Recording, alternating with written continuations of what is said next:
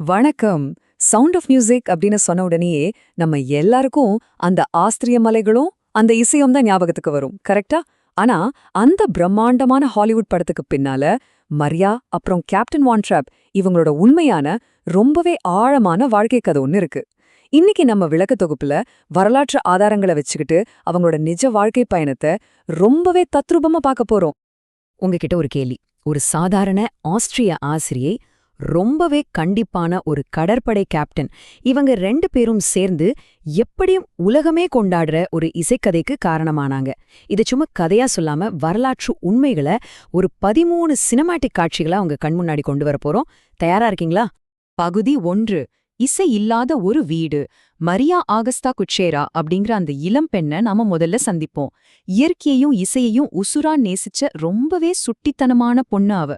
ஆனா கடவுளுக்கு சேவை செய்யணும்னு ஒரு கிறிஸ்தவ மடத்துல போய் சேர்றா. முதல் காட்சியை கொஞ்சம் கற்பனை பண்ணி பாருங்களேன். ஒரு அமைதியான தேவாலய நடைபாதை, அங்க வண்ண கண்ணாடி வழியா காலையில வெயில் விழுது. அந்த அமைதிக்கும் நம்ம மரியாவோட சுட்டித்தனத்துக்கும் சுத்தமா செட் ஆகல. அவளோட சிரிப்பு, பாட்டு, அந்த உற்சாகம் எல்லாமே அவள் அந்த அமைதியான இடத்துல இருந்து ரொம்பவே தனித்து காட்டுச்சு. அப்படியே இன்னொரு பக்கம் பாத்தீங்கன்னா, ஆஸ்ட்ரியா கடற்படையோட முன்னாள் அதிகாரி கேப்டன் ஜார்ஜ் வான் ட்ராப் மனைவியை இழந்த சோகத்துல ரொம்பவே கரடு முரடான ஒரு மனுஷனா மாறிட்டார். அந்த பெரிய மாளிகையில கொஞ்சம் கூட அன்போ சிரிப்போ கிடையாது. தன் குழந்தைங்கள பார்த்து பயந்து நடுங்குற அளவுக்கு ஒரு மிலிட்ரி கேம்ப் மாதிரி தான் அந்த வீட்டை அவர் வச்சிருந்தார். பகுதி 2. மகிழ்ச்சி திரும்புதல். இப்படிப்பட்ட ஒரு இறுக்கமான குளிர்ந்த வீட்டுக்கு தான் கேப்டனோட பொண்ணுக்கு ஆசிரியா இருக்க மடாலயம் மரியாவா அனுப்புது. உள்ள நுழைஞ்சதும் அங்கிருந்த கட்டுப்பாட்டையும் சிரிக்கவே மறந்து போன குழந்தைங்களையும் பார்த்து மரியா ரொம்பவே ஷாக் ஆயிட்டா. ஆனா மரியா என்ன செஞ்சா தெரியுமா? அந்த வீட்டின் கடுமையான ரூல்ஸ் எல்லாத்தையும் மொத்தமா உடைச்சு எறிஞ்சா.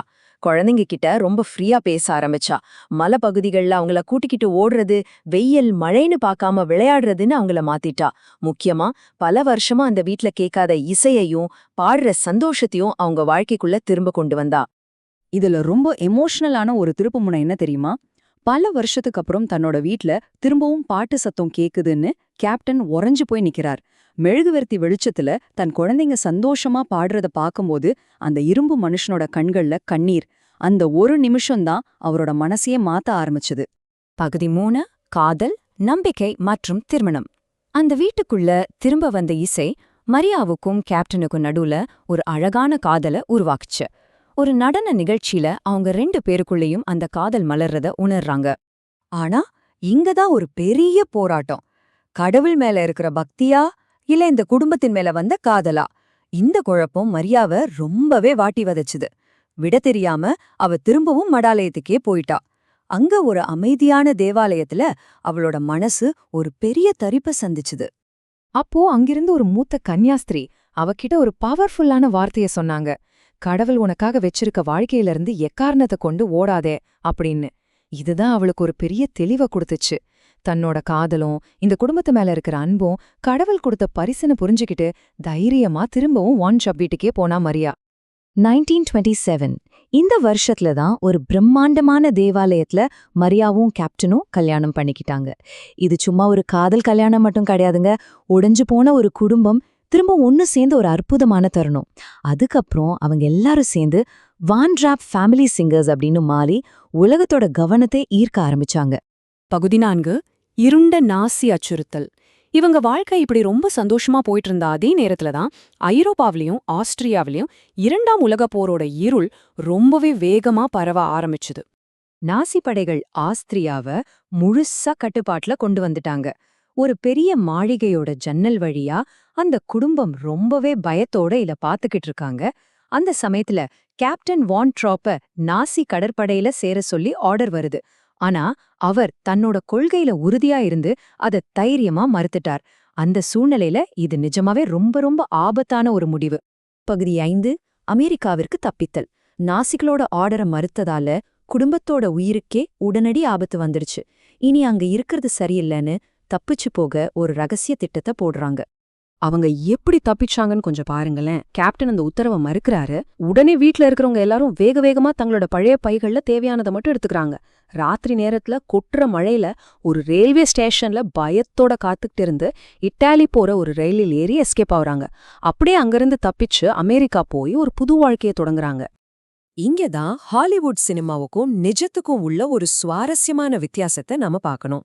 படத்துல என்ன காட்டியிருப்பாங்கன்னா, அவங்க எல்லாரும் ஆல்ப்ஸ் மலைய நடந்தே கடந்து தப்பிச்ச மாதிரி ரொம்ப பிரம்மாண்டமா இருக்கும். ஆனா வரலாற்று உண்மை என்னன்னா, ரொம்பவே பிளான் பண்ணி பாதுகாப்பா யாருக்கும் தெரியாம ஒரு ரயிலில் ஏறிதான் இத்தாலிக்கு தப்பிச்சு போனாங்க. பகுதி 6 ஒரு சினிமேட்டிக் மரபு. அமெரிக்கால ஒரு புது வாழ்க்கைய ஆரம்பிச்சாலும் அந்த குடும்பம் தங்களோட அன்பையும் இசையையும் கைவிடல. அவங்க மேடைகள்ல தொடர்ந்து பாட ஆரம்பிச்சாங்க. 1927 அவங்களுக்கு கல்யாணமாச்சு. 1938 ஆஸ்திரியால இருந்து தப்பிச்சாங்க. அதுக்கப்புறம் மரியா தன்னோட வாழ்க்கை கதையையும் அனுபவங்களையும் ஒரு புத்தகமா எழுதுனாங்க. அந்த புத்தகம்தான் பின்னால சவுண்ட் ஆஃப் மியூசிக் அப்படிங்கிற ஒரு பிரம்மாண்டமான படமா மாறி இன்னைக்கு வரைக்கும் கோடிக்கணக்கான மக்களோட மனசுல இடம் பிடிச்சிருக்கு. ஆஸ்திரிய மலைகள்ல சூரியன் மறையிற நேரத்துல மரியாவும் கேப்டனும் ஒன்னா நின்னுக்கிட்டு இருக்கிற அந்த இறுதி காட்சியை கொஞ்சம் நினைச்சு பாருங்க. இது ஹாலிவுட் மினுமினுப்புக்கு பின்னாலே இருக்கிற உண்மையான மனித உணர்வுகளை சுருக்கமா சொல்லுது. அன்பால ஒரு கரடுமுரடான மனுஷன் எப்படி மாறினார், அசாத்தியமான துணிச்சனால ஒரு குடும்பம் எப்படி காப்பாற்றப்பட்டுச்சு அப்படிங்கிற உண்மையான கதை இது. இந்த விளக்கத் தொகுப்பை முடிக்கிறதுக்கு முன்னாடி ஒரு கேள்வி. ஒரே ஒரு பாடல் உடைஞ்சு போன ஒரு முழு குடும்பத்தோட விதியையே மாத்தி எழுத முடியும்னா, இன்னைக்கு உங்க வாழ்க்கையில இசைக்கு என்ன சக்தி இருக்குன்னு நினைக்கிறீங்க? உண்மையான வாண்ட்ராப் குடும்பத்தோட இந்த உணர்ச்சிகரமான பயணம் காலம் கடந்தும் நம்மோட பயணிக்கு ஒரு அற்புதமான பாடம். இந்த கேள்வியோடவே உங்களை விட்டுட்டு போறேன். யோசிச்சு பாருங்க.